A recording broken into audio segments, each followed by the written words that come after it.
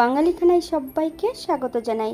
আপনারা তো অনেকভাবে খাসির মাংস কষা করেছেন, একবার আমার মতন করে সহজ পদ্ধতিতে আপনিও শিখে নিতে পারবেন ছোট ছোট টিপস সহ।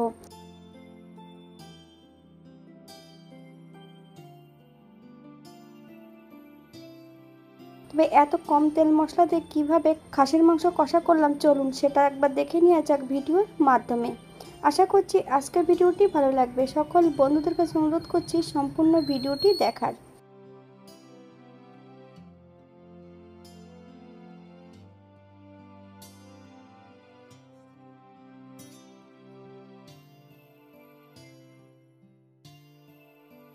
এখানে আমি আগের থেকে 700 গ্রাম খাসির মাংস ধুয়ে পরিষ্কার করে বেশ কিছুটা কাঁচা সর্ষের তেল, হাফ চামচ লবণ, মিডিয়াম সাইজের একটা পেঁয়াজ সরু সরু করে মাংসটা বেশ ভালো করে ম্যারিনেট করে রেখেছি।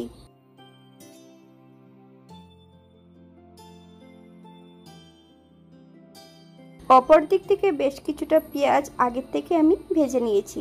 50 গ্রাম টক দইয়ের বেশ ভালো করে জল ঝরিয়ে নিয়েছি। সামান্য একটু লবণ দিয়ে একটা মিহি পেস্ট তৈরি করে নিতে হবে। আপনাদের যদি জলের প্রয়োজন হয় তাহলে এখানে জল অ্যাড করতে পারেন। একটা কড়াইতে বেশ কিছুটা সরষের তেল অ্যাড করব। তেল গরম হওয়া পর্যন্ত অপেক্ষা করতে হবে। ফোড়নে রেখেছি সাদা জিরে,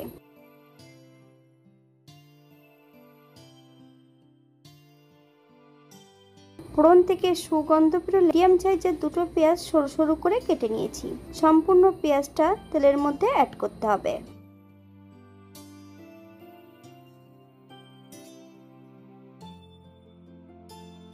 হাফ চামচ লবণ, আপনার স্বাদ অনুসারে লবণটা অ্যাড করবেন।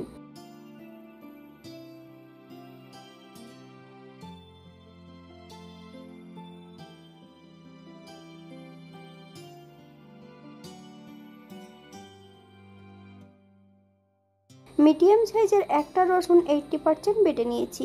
সম্পূর্ণ বাটা রসুনটা অ্যাড করব। পেঁয়াজ রসুন থেকে যতক্ষণ কাঁচা গন্ধ ছাড়বে ততক্ষণ বেশ ভালো করে পেঁয়াজ রসুনটা ভেজে নিতে হবে।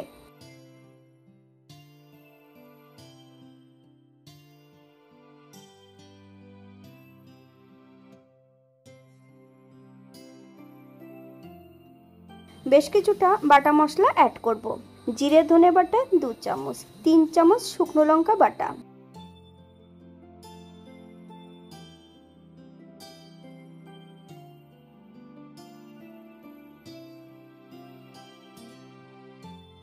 আপনারা যদি লঙ্কা পছন্দ করেন তাহলে পরিমাণে বাড়িয়ে দিতে পারেন। মশলাটা বেশ ভালো করে ভেজে নিতে হবে। আদা বাটা 1 চামচ, হাফ চামচ হলুদ গুঁড়ো, হাফ চামচ কাশ্মীরি লঙ্কার গুঁড়ো,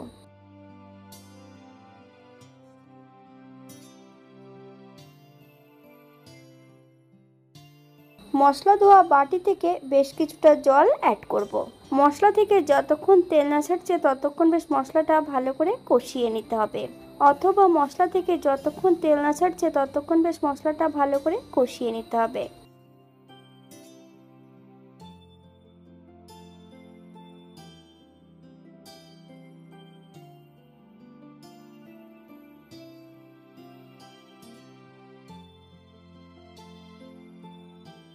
বাঙালি রান্না ঘরোয়া উপকরণ দিয়ে। আপনাদের যদি রান্নাগুলো পছন্দ হয় তাহলে চ্যানেলটি সাবস্ক্রাইব করে দিয়ে পাশে থাকবেন।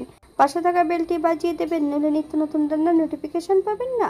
আমার এই চ্যানেলে আমিষ, নিরামিষ এবং বিভিন্ন ধরনের খাসির মাংস রেসিপি দেওয়া আছে। আপনাদের যদি পছন্দ হয় তাহলে চ্যানেলটি ঘুরে একবার দেখে নেবেন।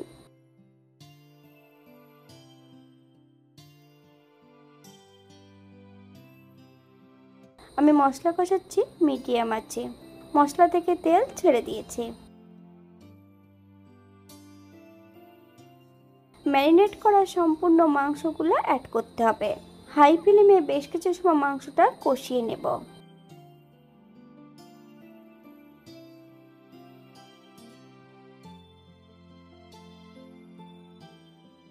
আপনারা একবার স্ক্রিনের দিকে ফলো করবেন।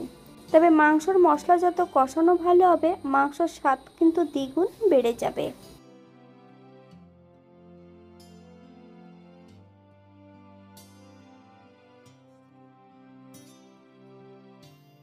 এখানে আমি বেশ কিছুটা জায়ফলের গুঁড়ো অ্যাড করব।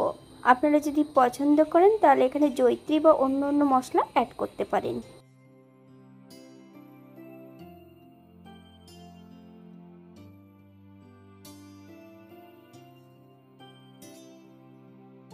বেশ কিছু সময় মাংসটা আবারও কষিয়ে নিতে হবে, তবে 30 থেকে 40 মিনিটের মতন মাংসটা বেশ ভালো করে কষিয়ে নেব।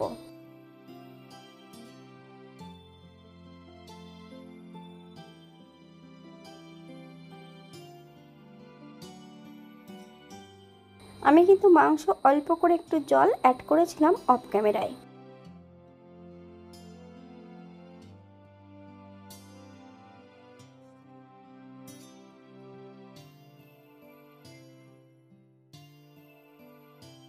ভাজা পেঁয়াজ এবং টক দইয়ের মিশ্রণটা এই পর্যায়ে অ্যাড করে দেব, তবে গ্যাসের ফ্লেমটা কিন্তু লো করে অ্যাড করতে হবে।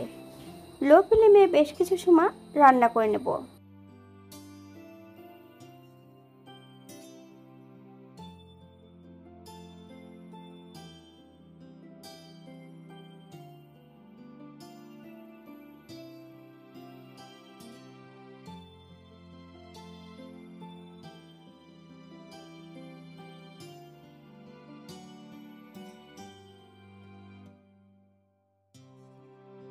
এক চামচ গরম মশলা বাটা, আপনারা যদি পছন্দ করেন তাহলে পরিমাণে বাড়িয়ে দিতে পারেন।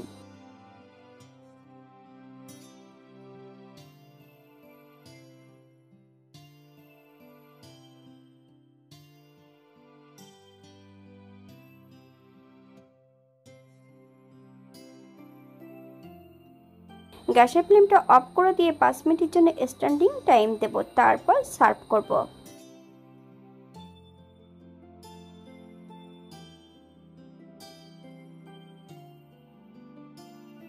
এটা দেখতে যেমন ভারী সুন্দর হয়েছিল, এটা গরম ভাতে, রুটি, পরোটা সবকিছুর সঙ্গে অসম্ভব ভালো লাগবে। আপনারা বাড়িতে একবার একই পদ্ধতিতে বানিয়ে নেবেন। তবে এখানে যে আমি উপকরণগুলো অ্যাড করেছি আপনারা এর থেকে কম বেশি করে নিতে পারেন। কাজু বাদাম অথবা চালমগজ আপনারা যদি পছন্দ করেন তাহলে এখানে অ্যাড করতে পারেন।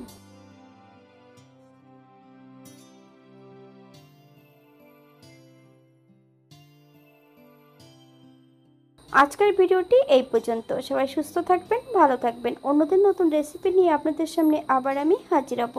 নতুন ও পুরনো সকল বন্ধুদের অসংখ্য ধন্যবাদ ভিডিওটি দেখার জন্য। হাতে যদি সময় থাকে তাহলে একটা লাইক, কমেন্ট, শেয়ার করবেন।